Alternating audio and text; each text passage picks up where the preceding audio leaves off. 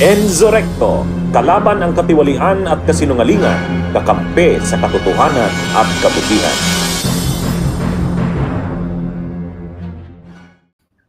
I'm sorry, Ian. Lumaki ako sa kuweba. Sa kuweba ako lumaki, no? At wala akong kakilala dun sa kuweba kasi tinago ako ng aking tatay. Yung tatay ko, war hero. Kaya wala akong maalala sa childhood ko. Doon lang ako sa kuweba. Tapos natuto ako sa cave drawings.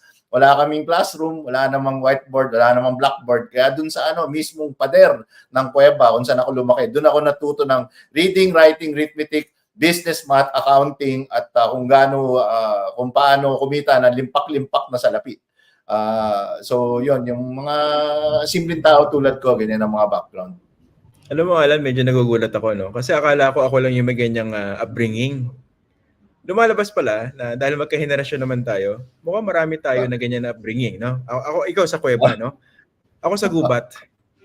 Tapos, sa gubat, siguro, self-taught ako eh. Pero minsan may dumarating na guro para turuan ako. Pero kasi hindi ako pinag-aral ng aking ama. At hindi ko na nakilala yung aking ina. Pero may kaibigan akong tigre. Tapos minsan may unggoy na nakikipaglaro sa akin. Tribesman yung di ba? Shaman yata yung nagturo sa'yo, no? Una, kung paano gumawa ng apoy, ganyan. Tapos nag-evolve na lang kayo sa journalism and ethics, tsaka Kate L. Turabian, wala kayong libro, di ba? Wala naman kayong libro sa gubat, di ba? Kaya somehow naturuan kanya ng syntax, yung mga STVDO, sentence construction, mga ganyan. Tapos nung medyo lumalaki ako, nagulat ako, nung medyo nagkamuwang na po ako, nagpakita po sa akin ng larawan yung aking ama na merong isang unggoy na inaangat akong ganon. Tapos, grabe. Tapos iba-ibang hayop nakayuko. Grabe. Nakayuko. Oo. Kaso, yung tuwing Christmas, tuwing Christmas, active na active ka sa simbang gabi. Ikaw pala yun. Si simbang gabi, tsaka simbang umaga. Yun pala yun. Actually, malungkot ang buhay ko, no? Medyo, pasensya na po kayo, medyo napapag-usapan namin kasi yung aming masakit na kabataan. Nalaman ko po na ano po ako na-banish po ako sa aming tribo, sa aming pride. Kasi lumalabas pala yung tatay ko, akala ko namatay ng aksidente lang, pinapatay pala ng aking tito. Para tinulak yun, di ba? Nakwento mo sa akin yan, Ian. Nung umiinom tayo ng tuba doon sa may farm. Naalala ko yun. Medyo sa kalisingan mo, nakwento mo sa akin yung masakit, mapait na tinulak ng tito mo. Tapos ang pangalan ko pala nung lumalaki ako, hindi pala Christian. Kumbaga kasi binigyan ako ng bagong birth certificate. Ang pangalan ko pala originally, Simba. Yan. Pero nung 17 years old ka, na nag-file ka na sa PSA ng iyong birth certificate, napalitan. Pero medyo hindi yata naayos yun sa ama ko kasi hindi yata mali spelling ng Mufasa. Pero ito ang tanong ko, isa lang ang tanong ko, Iyan, ano bang citizenship ni Mufasa? Yun ang tanong yan. Ano ba siya? Filipino citizen ba si Mufasa o ano ba? Pilipino po ako. Pinanganak po akong Pilipino. Isa lang po ang passport ko. Pilipino po ako. Baka ang nanay mo si Labanos tsaka si Mustasa, di ba? Si Mustasa yung tatay, tapos nanay mo si Labanos. Wala nga kwenta-kwenta na po itong pinag-uusapan namin. Okay. Hindi ko alam. Ano bang pagkain dyan sa Paris? Hindi ko po alam. Wala po tayong alam. Okay, dyan na po umabot kami sa ganito, no? Pero pag inisip nyo kasi, parang ganyan po ka-ridiculous yung lumalabas na palitan sa Senado. Akala niya walang connect, no? Natatawa kayo, pero siguro pag tinignan nyo sa Senado, parang mas nakakatawa eh. Kasi ito, obviously, we're being sarcastic, no? Yung exaggerating. We're exaggerating things, no? Pero we're trying to prove a point. Okay, puntahan natin yung mismong topic natin. Hinaan ko lang ng konti, baka magalit yung may-ari nitong restaurant eh. Sacre Bleu. Baka masabihan ka ng Sacre Bleu. No, oo nga. Okay. Sandali lang ha. Okay, pag-usapan natin ito. Unang-una, eto. May mga nagtatanong kasi, may mga nag-iisip. Mga scripted itong kwento ni Alice Guo. We don't know yet, no? Kaya nga nagkakaroon ng mga discussions tsaka investigation. Pero ikaw bilang eksperto sa ganyan, pag may malaking controversies ba, talaga bang merong bang effort, for instance, to control or to change or to influence narratives? Okay, 1,000,000%. Magiging maingat po tayo, no, sa mga manonood. Kami ni Ian, kailangan namin mag-ingat dahil ano ito, no, public forum to, this is broadcast. So hindi po, ayaw din namin na maging magnet kami ng mga cyber libel complaints. So I will answer that. Maganda yung sinabi ni Ian, hindi po tayo sigurado kung ano ang katotohanan. The truth is not yet established. Pero kung ang tanong is, meron bang nagko-coach? Is there a team? 100%. Bukod sa pag ganito nakalaki yung kontrobersiya, meron legal team dyan, definitely. Alam naman natin kung sino yung abogadong kinuha ni Mayor Alice. Definitely, by now, she would have some advisors, whether magaling or hindi, whether they're good advisors or not. That's another topic for another day. But definitely, she would have communication advisors who will try to give her a palatable answers. Again, we're not saying they're true or whether they're true or not, pero tama yung word na ginamit na nasa runner natin ngayon, ano. They will try to spin the narrative upang mabawasan ng konti yung init sa tao, sa kliyente nila, at somehow maka-score ng brownie points, approval points along the way. So definitely, I can say with almost 100% certainty, meron nag-aabiso dyan ng mga communications experts. Now, whether they're experts or not, I don't know. Okay. But Okay, so i-clarify ko lang, no? Are you talking about specifically this issue, or kumbaga generally pag ganito na kalaking controversy, usually merong ano yan, merong mga ganyang elements sa binanggit mo? Generally, yes, 100%. Whether this is a corporation, an individual, basta may, alam mo, believe it or not, no, nakita naman natin na si Mayor Alice ay napakasimpleng tao, and she is working on very limited resources. Isa siyang mistulang farm girl, no. Pero mukhang may kaya naman siya na mag-hire at mag-enlist ng mga PR and communications advisors na magbibigay ng abiso sa kanya. So yes, that is the rule, because comms is always comms and legal are hand in hand. They are two sides of the same coin. Hindi pwedeng, syempre, ang unang instinct mo pag nadawit ka sa kontrobersiya, kukuha ka ng abogado. Pero almost in the same heartbeat, you also need to get a communications and PR specialist to help you. Okay, next question ko. Sa mga ganyan ba, kasi kinikwento po ni Alan, ito yung parang ano yan parang kalakaran, no, pag malalaking issues. Pero is that limited to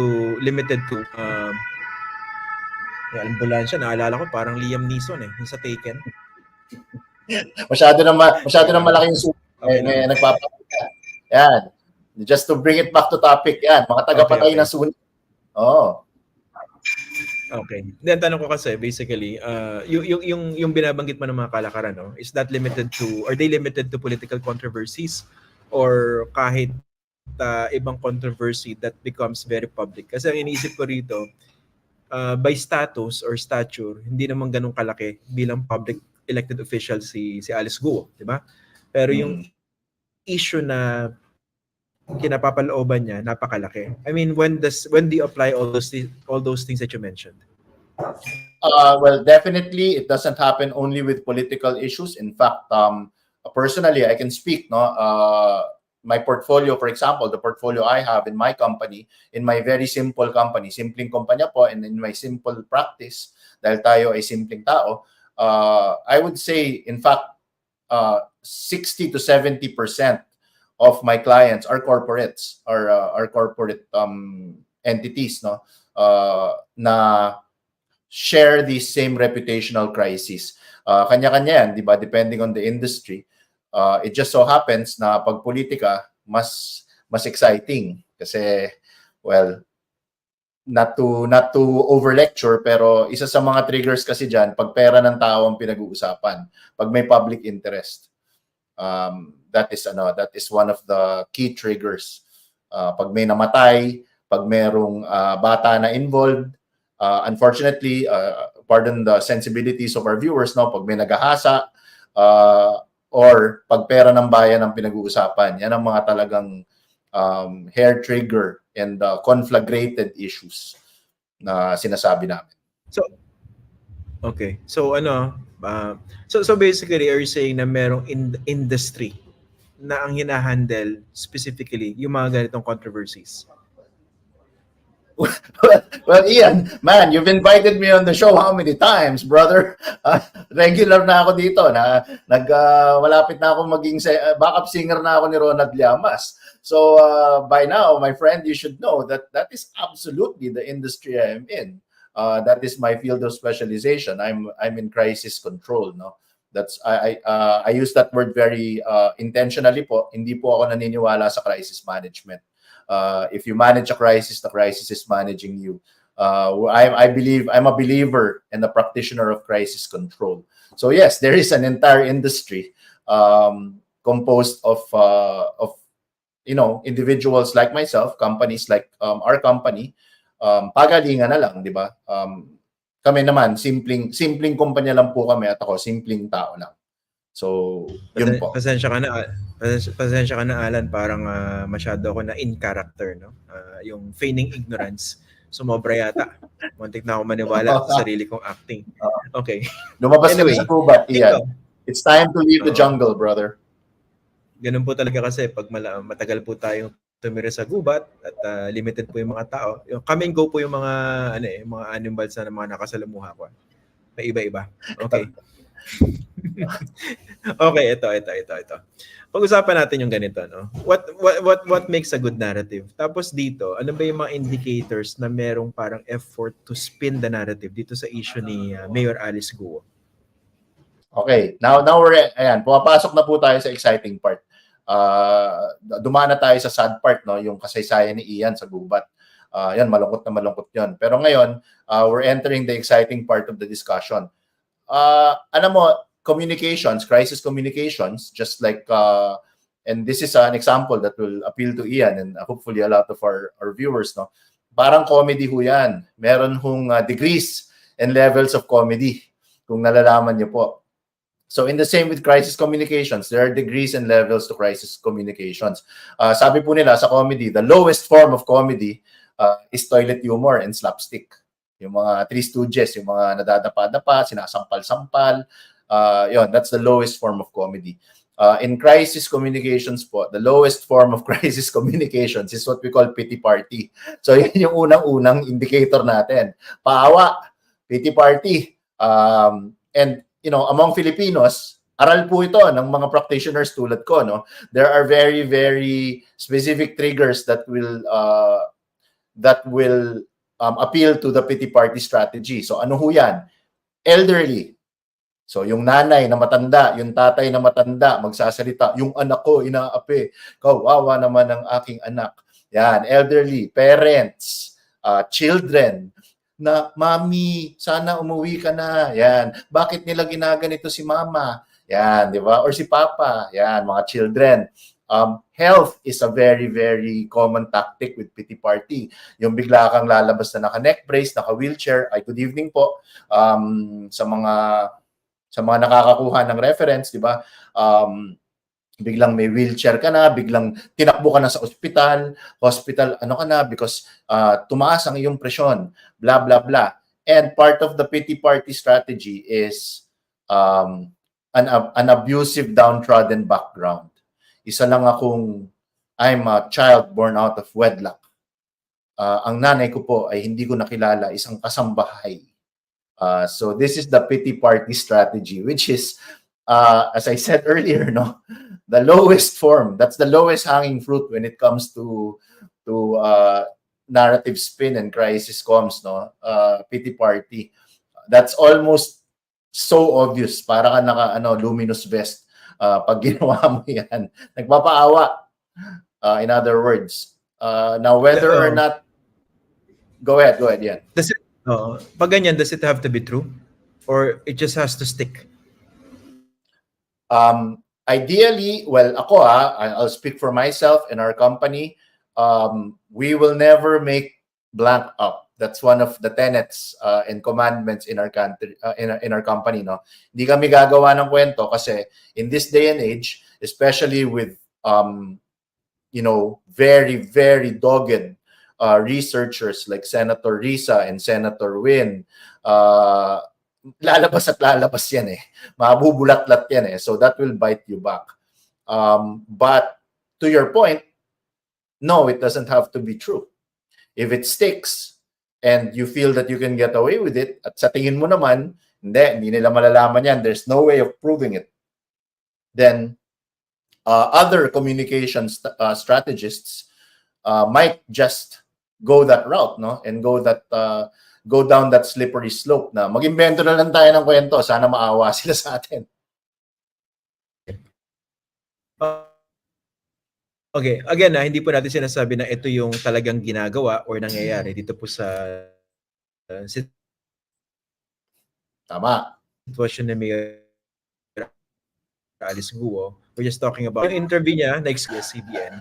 Of course, nandun yung isang perspective na mukha yata nagamit dito yung ABS-CBN kasi lumabas yung ganung naratibo, and whether marami naniwala o hindi, it's another question. Pero there are two perspectives regarding that. Yung perspective from journalism, perspective naman from people like you who practices the craft from the other side. So I go back to that question. Itong naratibo na paawa, mukha ba nagamit dito yung ABS-CBN?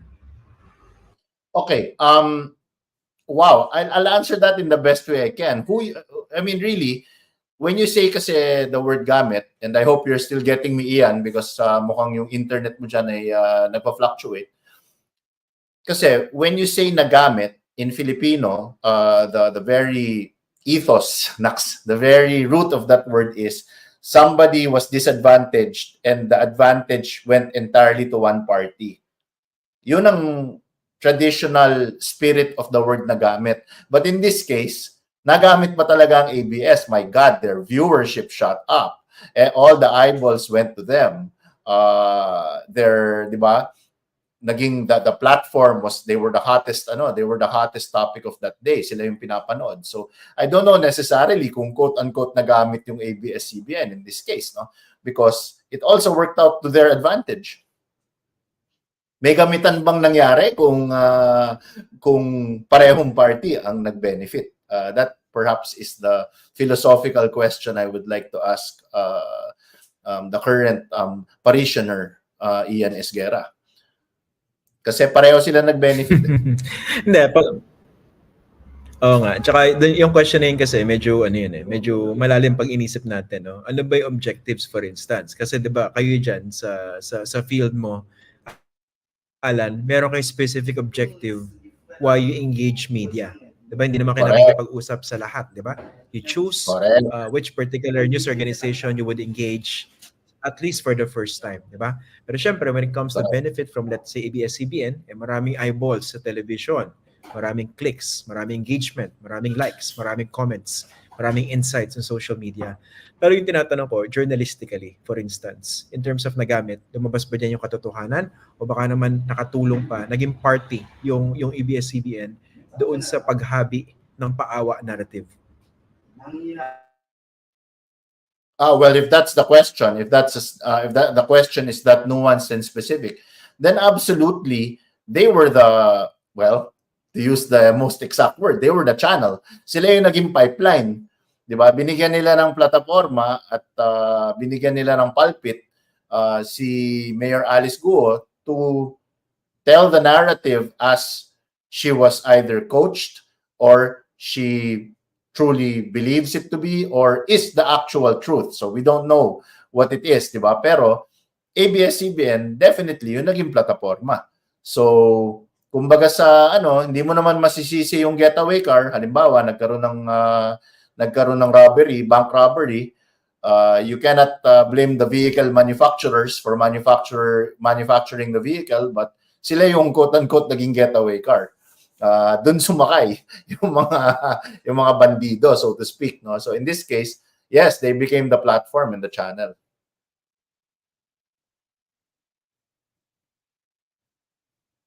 Okay. Nagbabayad, Yung kanina nagbabayad si Yanis Guerra tinatanong in order niya ko, sa restaurant. yung for instance yung, di ba agawa, hindi yung tanong ko, yung namimili kayo ng ng media platform. Let's say you want to talk about your narrative for the first time, di ba? Yung Big Bang. How do you choose Okay, I'm getting which particular platform I'm getting you in to spurts. engage? Okay, I'm getting you in spurts, Ian, but I'll unbox your question in bits, no, in pieces. So first, do we choose the media and do we choose the platform? Absolutely. A good comms person and a good advisor would do that. I'll give you an example. Without naming names, but being very obvious. For example, a very famous celebrity doctor, during the time that she got into controversy, we refused to make her come out in showbiz programs. Even though the issue had something to do, had a showbiz tinge to it, and believe me, the showbiz reporters and the showbiz media were knocking down our doors with bazookas and brooms. We refused. We wanted her to come out in straight news. We wanted her to come out in primetime news, in fact, to be interviewed by a non-showbiz, specifically a non-showbiz journalist, para hindi malagyan ng tinge of frivolity or hindi kaseryosohan, or well, as the word implies, showbiz, it's glitz, glamour, and pretend. That's what the world is. So we didn't want. So yes, we did choose media that time, and we were able to get some very, very good straight journalists to interview that person during that time she had the controversy. So namimili kami, and kailangan tinitailor fit yan. For example, kung ang issue mo ay may business implications, halimbawa, then ideally, you would get business media to be the one to talk about that, di ba? So may mga ganyan. Tapos, syempre, the reality is, you would try to get somebody who you feel, whether true or not, would be sympathetic or what we call friendlies, no? Friendlies yan, friendlies. So, yan yung realidad. Now, again, whether media would be friendly or not, that's a roll of dice, di ba? Kunwari, hindi naman kalaliman mag-isip o hindi kagalingan magtanong, mas preferred nyo ba pag ganun? Depende. Syempre, ang pinaka-preferred ng isang PR at comms advisor, yung nako-control nila yung mga tanong, alam nila kung ano yung itatanong beforehand, yun yung pinaka-preferred. Now, whether that happens, whether you are able to do that or not, especially with seasoned, credible journalists, is another question entirely, di ba? Alan, merong isang taong galit na galit sa atin, si Steve Armstrong. Mukhang fan to ng Voltes 5, no? Hoy, mga Pilipino kayo. Sabi, hoy, mga Pilipino kayo. Pag puro jargons, para mas maintindihan namin, manonood. Ang logic, teka lang. Parang wala namang masyadong jargons. Pero pasensya na po. Hindi ko na po maalala pasensya na po kay, sabi yung jargon. Pasensya na po, Steve Armstrong. Ayan, tama, si Steve nga yung kanyang profile picture. Pasensya na po, Steve Armstrong. Dalubhasa po kami makipagtalastasan sa pambansang wika.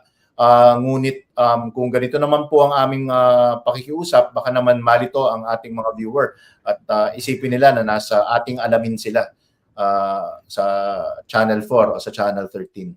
At saka baka isipin niyo po na ang aming pakikipagtalastasan ay naimpluwensyahan po ng bagong tagapangulo ng Senado na si Senator Cheese Escudero. Yes. Hi, Senator Cheese. Congratulations po. Congrats.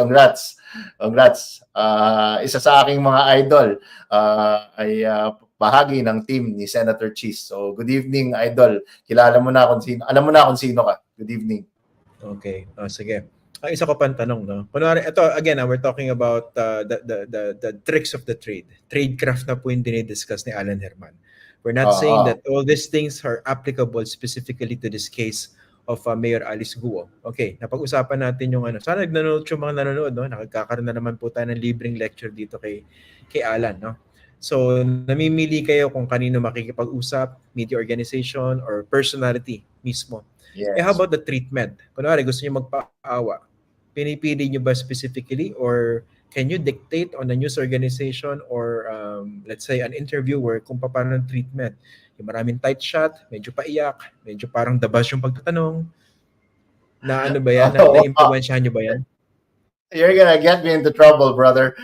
See, this is Ian wala ho ako maalala, Your Honor. Lumaki ho ako sa farm. Sorry po, wala ho ako maalala. Well, siguro the best way I'll answer that, Ian, is susubok. The comms people and the PR people will always try to influence as much as they can kung ano yung treatment. Pero magba-backfire po yan kung hindi kayo magaling mag-research. Not to pay my dear friend Ian Esguerra too much homage or ano, di ba? Pero halimbawa, ginawa ninyo kay Ian yan, mas lalo pang maiinis sa'yo yan. Mas lalo ko pang uupakan yan if you try to control the narrative or if you try to pakiusap questions or treatment or kalabitin siya na softball questions lang, mas lalo pang maiinis sa'yo si Ian. Halimbawa, just using Ian as an example, since he's putting me on the hot seat, I'll put him in the hot seat back. So delikado ho yan. Yung ganyang klaseng ego. You know, you cannot be taken by your ego so much na isipin mo na kaya mong i-control ang media. Hindi po lahat. Ingatan pala, no? Bawal gumamit ng jargon. Although hindi naman siya technically jargon. Softball questions. Ito po yung mga mahihinang tanong, madaling sagutin. Next time, maglabas tayo ng glossary. Softball questions. Jargon na pala yun. Hirap naman itong si Steve Armstrong. Ay! Hindi, para lang mas marami makaunawa. Okay. Sige. Alam mo, itong meron tayong mga commenters, na Ariel Pintak, tsaka itong si Kat Sabatin, ang gugulo, nang-aaway na, nag-aaway-aaway na sila. Okay. Nag-aaway na nga sila eh. Anyway, susunod kong tanong. No? Teka, baka nagagalit na sa akin. Lakas pala ng boses ko eh. Anyway, ang isa kong tanong, nakalimutan ko lang yung tatanong ko. Ito pala. Siyempre may naratibo na nilalatag, for instance, no? Yung mga katulad nyo sa ganitong industriya. Pero how do you parang punch holes doon sa mga ganyan narrative? Ito example, yung itong naratibo na hindi niya kilala yung kanyang ina, 'di ba? Imperfect yung kanyang family, wala siyang maalala. In the case of Mayor Alice Guo, pag-usapan naman natin yung counter to that narrative. How do you punch holes sa ganyan? Well, in Mayor Alice's case, no, and I'll speak specifically at para hindi tayo ma-cyber libel, we are commenting on an issue of national interest, no, as protected by our free speech rights, no. So my opinion to that is it really doesn't take a lot to punch holes into that narrative only because it stretches credulity, di ba? Credulity. Sorry, jargon na naman. Hindi po ka panipaniwala. Napakahirap paniwalaan na ito na lang po napakasimple. May chopper ho kayo, meron ho kayong farm na kumikita ng bilyon-bilyong piso, dami ninyong negosyo, pero wala kayong resources para mahanap mo yung nanay mo. Again, these are just some of the very, very obvious lapses in that narrative. Sa Articles of Incorporation, magkapangalan kayo, pareho ang middle name at last name ninyo, pareho ang address ninyo, pero hindi mo sila kilala. Ano nangyari yon? Na nakatira kayo sa isang bahay, tapos hindi mo sila kakilala. So it doesn't really take much to punch holes into this paawa So yun, yung sinasabi niya, yung tatay ko, una Chinese na Pilipino na naging Chinese ulit. Now the leverage is my mother is a kasambahay, I never met her. I don't know who she is or tinago ako dahil kahiya-hiya. My goodness. You are you run for public office. You should be expectant na yung buhay mo kakalkalin. Tumakbo ka nangandidato ka sa pagiging mayora. So suddenly you're shy, you're reserved, nahihiya ka tungkol sa past mo. Politics is the wrong place to be in. Bunyog, halikan na kasama ka. Bunyog, kapag buklod ay may pag-asa. Luzon, Visayas, Mindanao, isa ang pananaw. Sa bagong Pilipinas ang bunyog isisigaw. Bunyog.